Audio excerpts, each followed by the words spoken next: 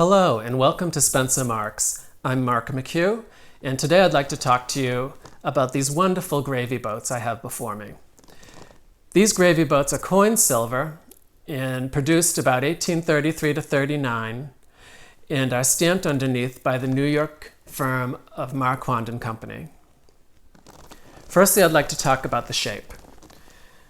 People refer to the body as helmet-shaped, and they get that term for when you invert them, they resemble the shape of Roman warrior helmets. They are very graceful, very elegant, and beautifully proportioned. The stepped pedestal base has an applied band of water leaf. A smaller version of this die-rolled banding is applied around the rim of the body. It not only acts to decorate, but it also helps strengthen the piece. Exceptional are these bold handles which contrast to the non-decorated bodies of the pieces. Where the handle attaches to the body, at the base are these split leaf decorations with another leaf traveling up its curve. Where the handles attach to the rim are these exquisite leaf details. They are so beautifully chased that they actually resemble the wings of birds. I just find them amazing. This added leaf is the thumb piece, also a decoration, but also functional, whereas it keeps your hand from sliding down the handle when you're using them.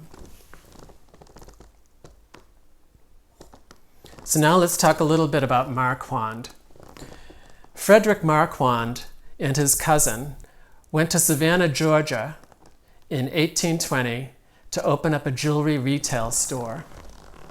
Now Frederick's father in 1802 opened up a silversmith shop in Connecticut and eventually went to New York and opened up a shop there. In 1824, Frederick Marquand, the son, goes to New York to take over his father's shop at 166 Broadway. Now it's unclear whether Marquand actually made their own silver. We've come across an obituary in the Jeweler's Circular. It was Edward C. Moore's obituary, but it mentions his father, John C. Moore.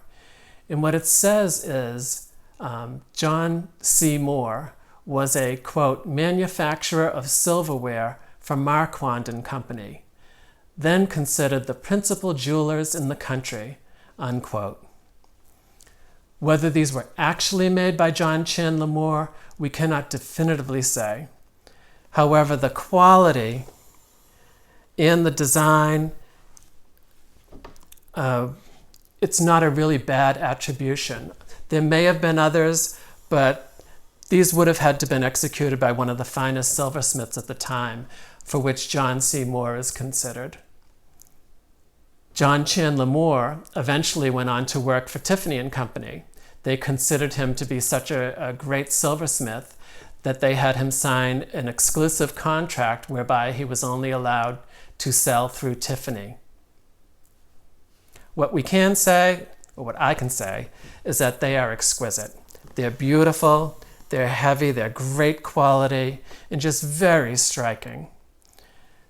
So whether you want to use these magnificent boats for gravy for a dinner, for sauces for dessert, or for maple syrup, if you really want to treat yourself for breakfast, I can say that these would rise to any occasion, and you would certainly enjoy them. I want to thank you for listening and visiting with Spencer Marks.